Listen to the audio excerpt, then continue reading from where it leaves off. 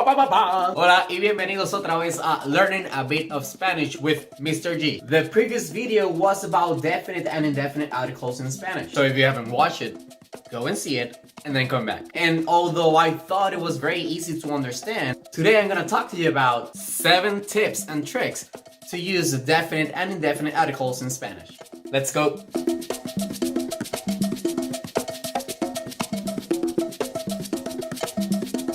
Número 1. Use definite articles when talking about likes and dislikes. In English, when we're talking about likes, loves, and dislikes, you don't usually use articles. For example, I like monster trucks. I hate black olives. I actually hate all of them. In Spanish, however, you must use definite articles like el, la, los, las when you're talking about general likes or dislikes. Me gusta el arte. Odio las películas de terror. Número 2. Use definite feminine articles to tell time.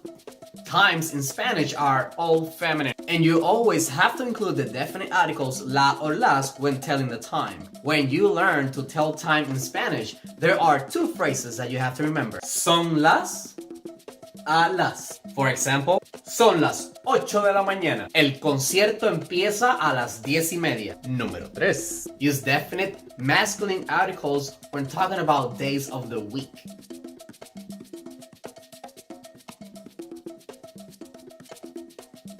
In English, you rarely use definite and indefinite articles when you are talking about days of the week. Sure, there are certain specific moments in which you have to use them. The Monday after the next, for example. But generally, you are used to say days of the week with prepositions. I hope to see you on Tuesday. She won't be here until Friday night. In Spanish, on the other hand, when you want to talk about something that happened on a very specific day, you must use a definite pronoun before the day of the week. Since the days of the week are masculine, there are only 2 options for you to choose: el or los.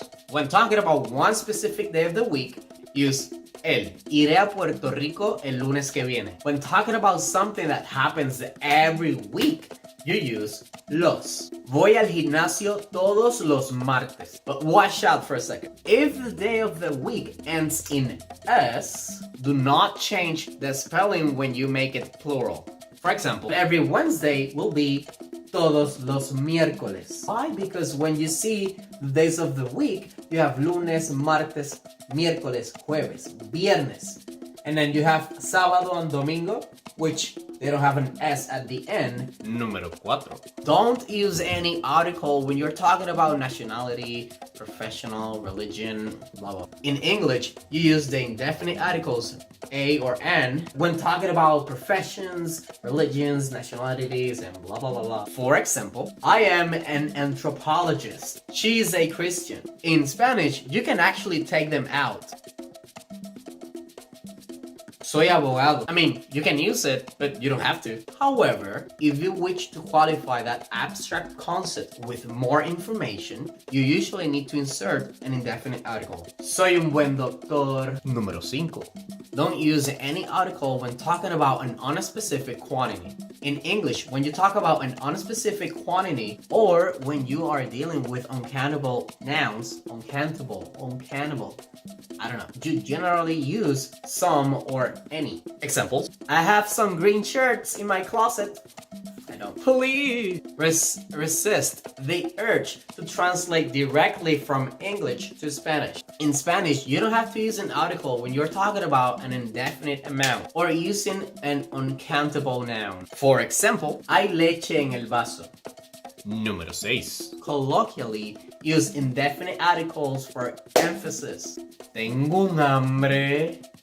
That's me always. In this emphatic phrase, the speaker leaves the phrase unfinished. The complete phrase would be Tengo un hambre terrible. This phrase literally translates to I have a hunger. You see what I'm saying? Do not translate directly like English to Spanish.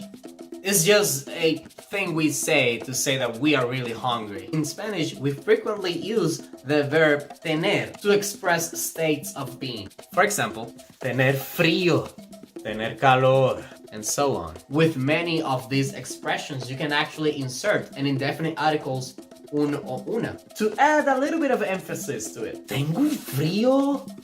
Odio el invierno. You also must add the indefinite if you want to qualify the state of being with more information or adjectives.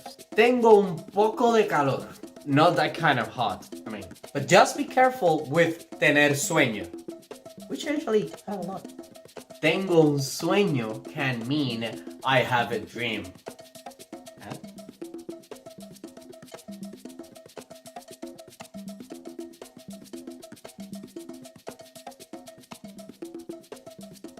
Número 7.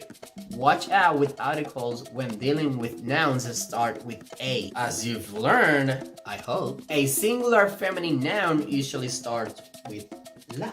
However, when the noun starts with a stressed letter A, it actually changed the articles to el. What? This exists to avoid that awkwardness of having like two A's right next to each other. For example, the noun águila. And now this is where you're gonna get confused. Águila is actually a feminine noun. However, to say the eagle, you must use a masculine article like el águila. Just remember, this rule exists so you don't have two A's right next to each other. And if you're gonna talk about multiple eagles, you can switch back to las águilas. What? I know, so confusing. Additionally, if there's an adjective between the article and the noun, you can actually use the feminine article la. La gran águila. I know, probably you're lost. I know, they can be tricky sometimes, but those tiny little words shouldn't be overlooked. You can hardly form a correct sentence without them. I really think that these tips and tricks will help you utilize those articles a little bit better in Spanish. You got it?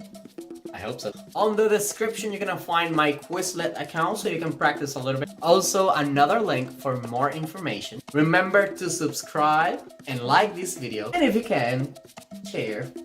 You can also follow me on Instagram and Twitter. And if you have any questions, as always, let me know. Adios.